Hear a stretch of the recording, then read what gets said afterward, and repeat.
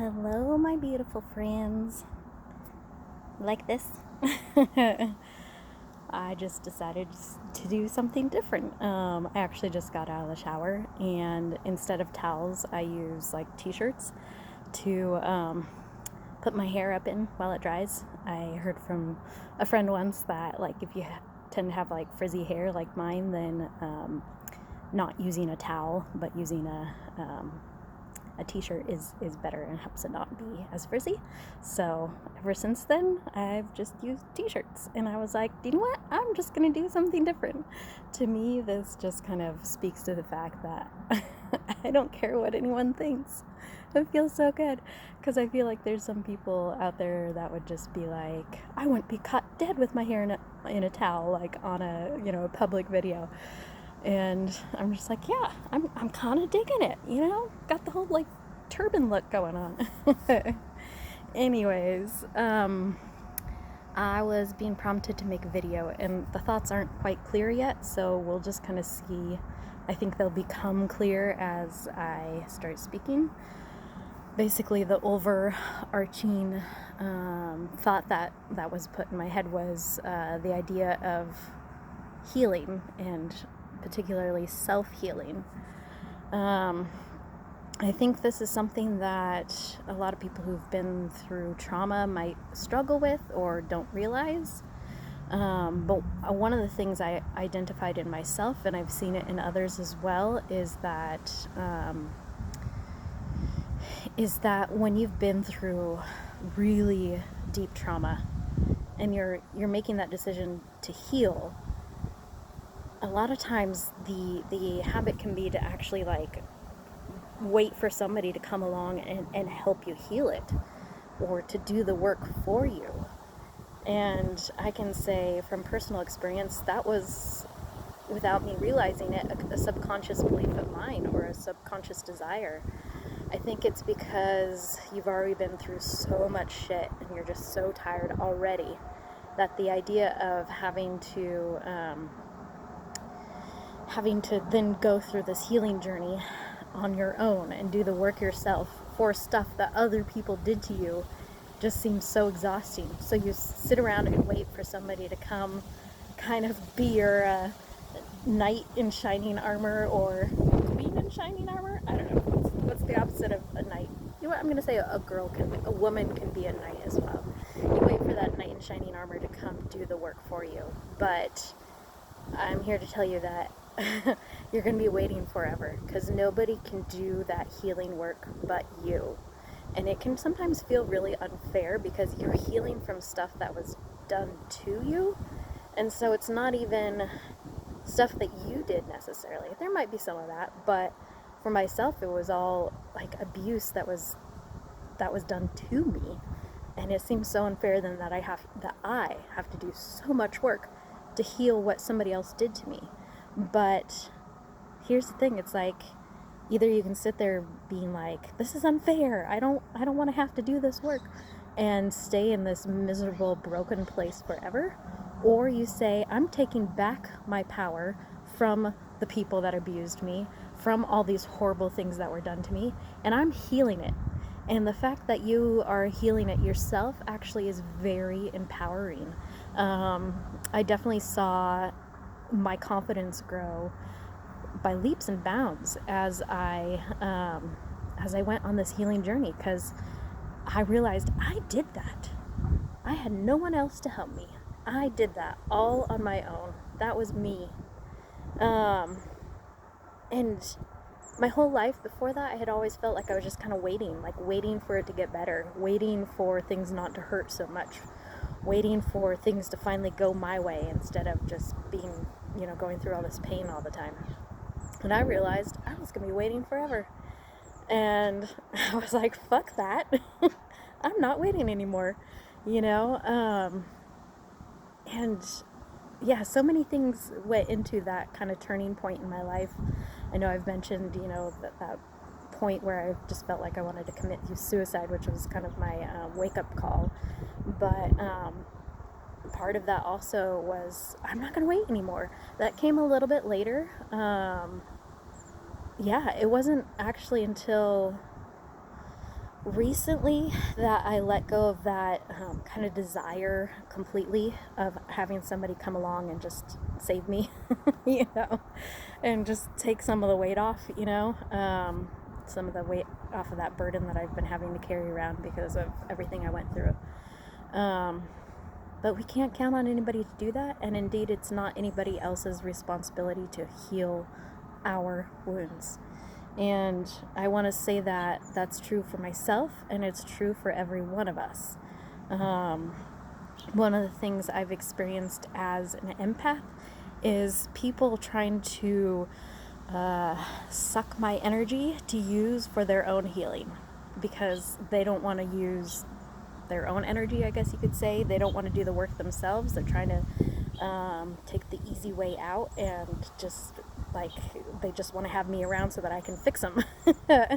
And in the old paradigm and the old way of how I lived my life, I kind of fell under that, and had a lot of energy vampires attach themselves to me, because there was so much light in me, and they knew that it was healing, and they're like, I'm just gonna suck that all off of you.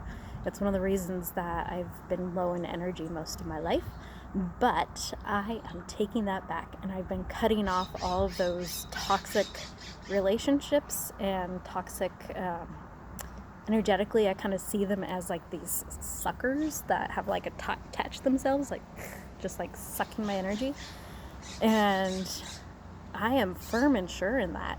And I know energetically that has been freaking some people out that I've cut off from recently.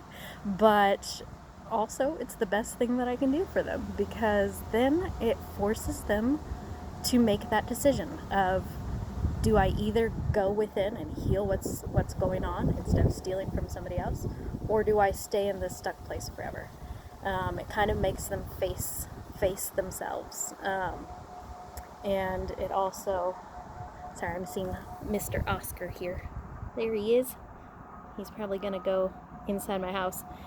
And I actually probably should go close the door to my room, because he likes to go and eat Nala's food, and she does not appreciate that. So, give me just a moment here. I'm gonna go close that door. Yep. And now, of course, because of that redirect, I kind of forgot what I was talking about.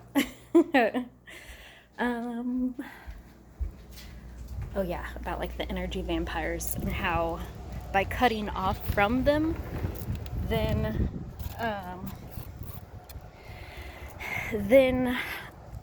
it's actually the best thing for them, because otherwise they would be sucking my energy forever and never getting anywhere. And it's also the best thing for me too, because I need all my energy right now for my own healing. And so I am not putting up with anybody trying to be in my energy and steal it from me. That is very toxic, whether they intend it that way or not. It is very toxic to be in that energy vampire status. And an energy vampire is never satisfied. They will suck you dry. They will absolutely suck you dry. Mr. Oscar is like, well, since I couldn't get into the food, then he came back out again. So yeah, I keep on getting distracted by cats. Apparently that's a thing. I always get distracted by kitties. I like them a lot.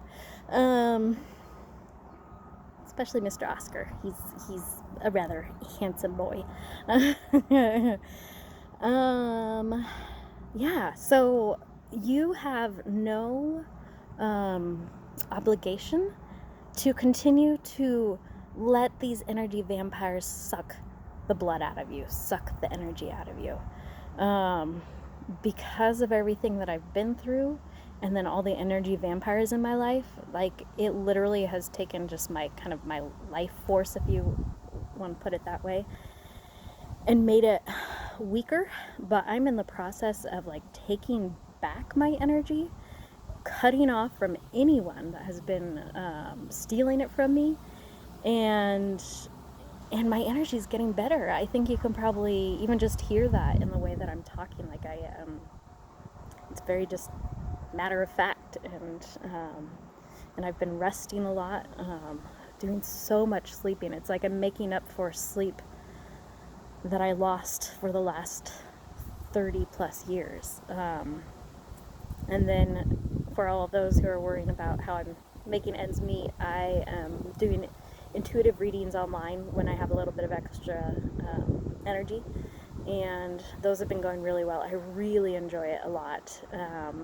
Yeah, so much. It doesn't even feel like work for me, and I'm able to bring clarity to people that are confused or don't understand what they're seeing or experiencing. Then I can tap into the energy of what they're going through and give them some clarity as far as like next steps and where they need to go, and what would be the most beneficial for them. So it just, for me, it's like that kind of the halfway in between step to the counseling that I know I'm called to do. I get to do that online too. And it's perfect for this time in my life because I just put myself to available when I have the energy and put myself to unavailable when I don't. And I basically get as much out of it as I put in. So it's been just a perfect thing for this time in my life. But otherwise, I've just been resting so much, spending so much time in nature, going on lots of drives, just releasing and releasing and releasing. And I just feel all that negative energy leaving my body. And as it does, then my burden becomes lighter and I become clearer and stronger. Like I just keep on getting stronger and stronger. And yeah, sometimes I get really tired. I think you guys probably saw a few days back where I was so tired. I do get exhausted sometimes, where it's just like, especially it had been a day where I just been releasing a lot of really heavy emotions and really feeling that pain, really feeling it.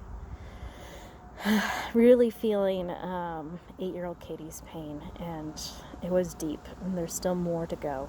As you can see as I talk about it, it kind of makes me a little sad, or it just kind of gets to me a little bit. But I know I released a lot, but I also got to that point where I'm like, I'm so tired of hurting. I've been in pain for most of my life, emotionally speaking. And some of it is body pain too. That's been coming out as I work through this. What I feel God is doing, and the energy work that's going on, is He's basically unwinding and erasing every abusive act that was done to me.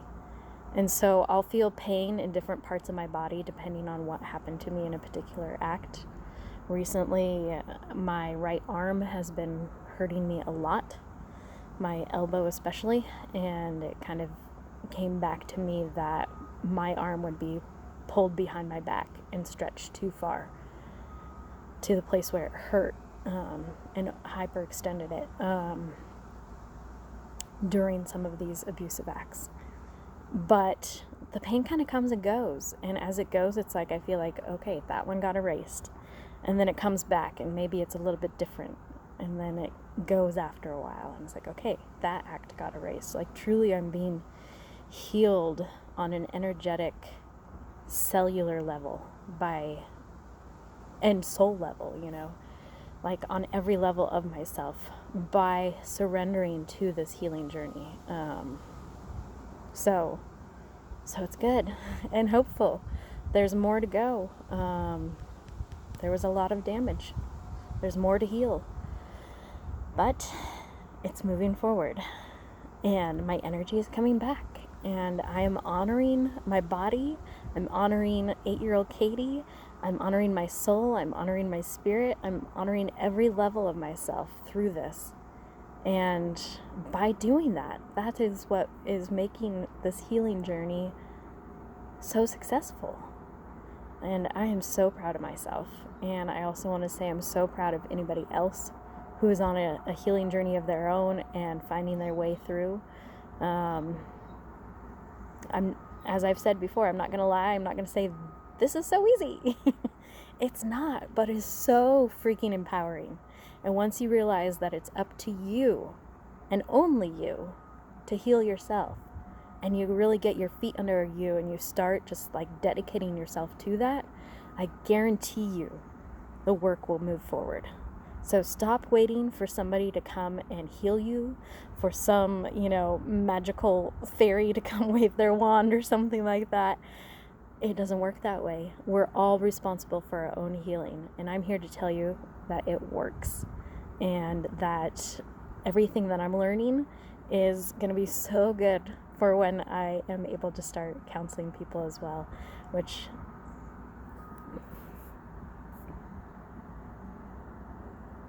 Sorry, I was getting a phone call and I thought it had stopped the recording or something. I don't know. Anyways, yeah, so I think that's actually it.